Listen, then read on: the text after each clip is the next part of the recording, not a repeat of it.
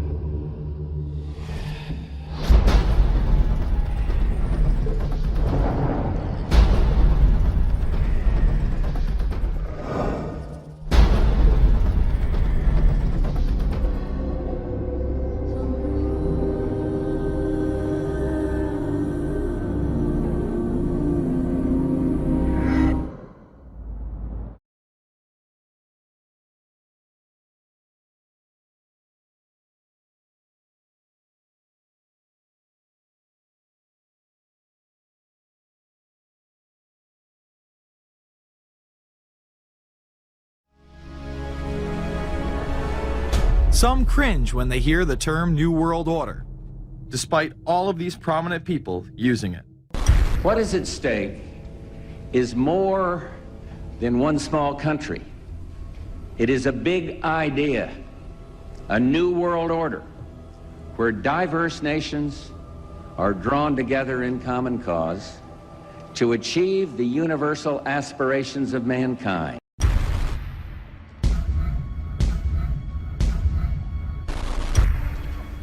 The world that maybe some people dreamt of at that conference back in Bournemouth, when it looked as if maybe history would end, that liberal democracy would triumph, that free market economics would slowly progress, and we'd have a new world order.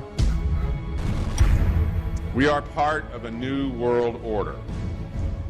And as the recently departed Admiral William J. Crowe once said, it's long on new and it's short on order.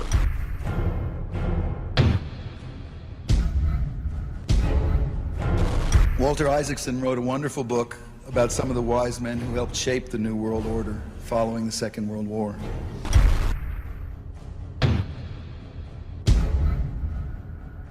As we devise a way forward in Iraq, I urge the international community to embrace its responsibility for creating that new world order. A new world order based upon collective action.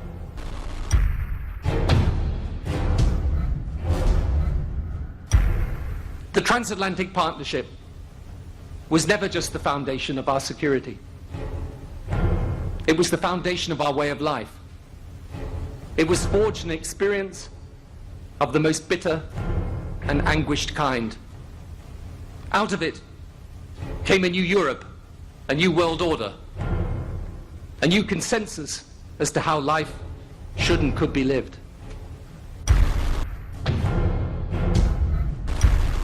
And just like that, it was gone. It was a new world order. That's what President George H. Bush said.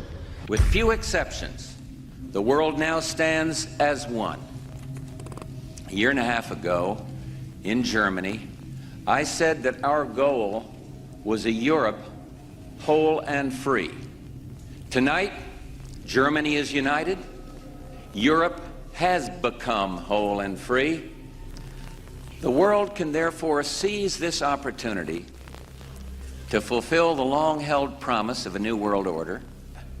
We can find meaning and reward by serving some higher purpose than ourselves. A shining purpose, the illumination of 1,000 points of light. This is a world that is likely to be dominated in the near future, and perhaps longer, by the Gulf War and the New World Order, which is the buzzword of the moment. So the secret of a New World Order, and at this point it's just a slogan, but it does have some historical background in terms that orders have succeeded each other over time. The secret of this is to learn how to use coalitions. George Bush has invoked a New World Order without enunciating a new American purpose. The President has still failed to articulate clear goals for our nation's foreign policy in this new age. And that's why I wanted to speak to you today about the new world taking shape around us, about the prospects for a new world order now within our reach. In the coming weeks, I'll be talking in some detail about the possibility of a new world order emerging after the Cold War. But today, I want to discuss another aspect of that order. You see, as the Cold War drew to an end, we saw the possibilities of a new order in which nations work together. It refers to new ways of working with other nations to deter aggression and to achieve stability. As old threats recede, new threats emerge. The quest for the new world order is in part a challenge to keep the dangers of disorder at bay. We must build on the successes of Desert Storm to give new shape and momentum to this new world order. Only when this transformation is complete will we be able to take full measure of the opportunities presented by this new and evolving world order. The new world order really is a tool for addressing a new world of possibilities. This order gains its mission and shape not just from shared interests, but from shared ideals. After the Gulf War had ended, Bush was so obsessed with the idea of a new world order that he had a series of Glocks imprinted with the term that he would give to members of his administration, including Colin Powell, Brent Scowcroft, Dick Cheney, and General Norman Schwarzkopf. Cheney would even approve policy papers regarding the New World Order. Defense Secretary Dick Cheney has approved a revised draft of a policy document on the New World Order. The Pentagon is backing off a controversial earlier draft and has abandoned a one superpower strategy. The final document puts more emphasis on international alliances and organizations. This would become an unprecedented time period for people all over the globe to discuss at length what the New World Order meant to them. The New World Order means different things to different people, but to those who expect to be in control of it, it means the same thing. It means all the world under their control. They believe that somebody must rule. After all, people are too darn dumb to know how to rule themselves. They figured that that's their role. World government is good, right? It put an end to war. Well, it could put an end to war because you just only have one dictator. I think Adolf Hitler had that in mind. He wanted a world government too, with himself as the master leader. Actually, the idea of global governance and a one world order has been around for centuries, and the term New World Order has been used frequently in recent history. In ragged, spasmodic fashion, a new world order is coming into being, but it looks less and less like the world order that Mr. Kissinger had constructed in his own mind. Kissinger's New World Order would fall under the radar for some time. However, it saw a vast revival during the first Bush administration. Here is Brent Scowcroft, former vice chairman of Kissinger Associates and former national security advisor under both Ford and Bush Sr., as he discusses the New World Order. Looking at the subtitle this morning, Are We Ready for the New World Order? Gives me something of the shudders. That phrase, New World Order, I'm afraid I'm partly responsible for resurrecting. I find the term New World Order very revolting, and just not only historically but politically today. I think Harding is absolutely right, and the actions of the administration just after enunciation of the New World Order put the lie to the fact there is any real substance behind what they say as New World Order. The first act of the New World Order was A, to make war, and then B, was to sell arms all over again. Is there a New World Order?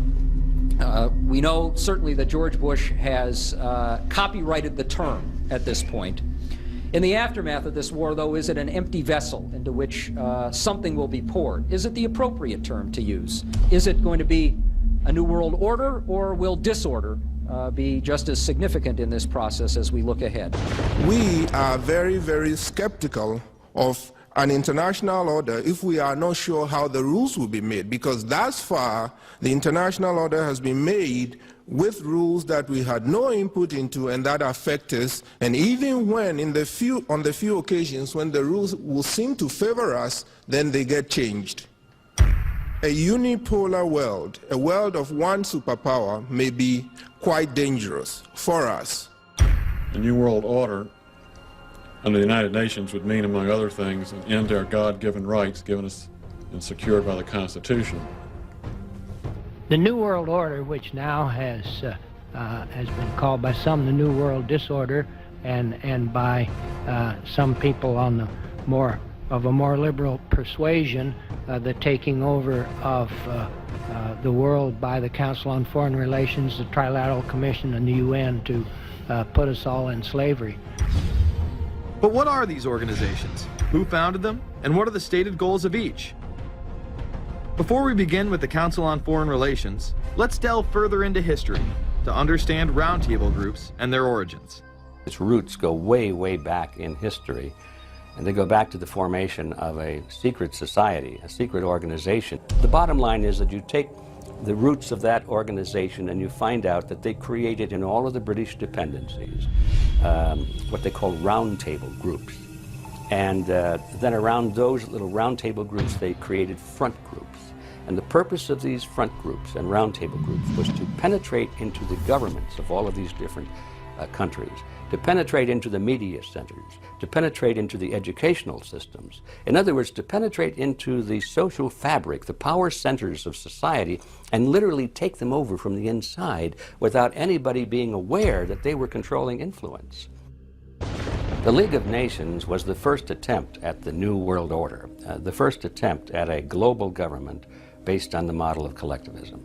And it was the brainchild of the elitists, the ancestors of the very people who are still working on this project. They're collectivists, they're very wealthy people. They're the ones in this country who dominated the powerful tax-exempt foundations, like the Carnegie Endowment Fund for International Peace, the Rockefeller Funds, the Ford Foundation, and groups like that. These people were on record, even way back then, that they had to have a new world government, and they dreamed of that being embodied in the League of Nations. And they were solidly behind it. And that was one of the reasons those people encouraged the United States into World War I, was because of the crisis of World War I, and that would also condition Americans to thinking of making big changes in their system, because we certainly don't want another war like that, do we? There's that fear angle again. And they thought, well, by being in World War I, then we would be a major participant at the table to carve up the world and create a new world government. And that was to be the League of Nations. Now, why is that important? It's important because the avowed purpose of the Council on Foreign Relations is to create a new world order, a global government based on the model of collectivism. And that includes the elimination of the United States as a sovereign nation. That's why it's important. The people running this country are determined to destroy it. The Council was heavily criticized during the 1980s for being an organization hell-bent on destroying national sovereignty in favor of a world government. So many of its members hid their association with the organization. Dick Cheney had this to say in response to a question by David Rockefeller, who became the CFR's youngest director in 1949 and was chairman of the board from 1970 to 1985. He remains an honorary chairman to this day. It's good to be back at the Council on Foreign Relations. As Pete mentioned, I've been a member for a long time and was actually a director for some period of time. I never mentioned that when I was campaigning for re-election back home in Wyoming. Now, you are the president of the Council on Foreign Relations, all right? Yes, sir. You guys toy with countries of the world like toys, don't you? You're like the Illuminati, you're the Masons, you control everything, don't you? That's the rap on you guys. So every place there's questions coming from this documentary.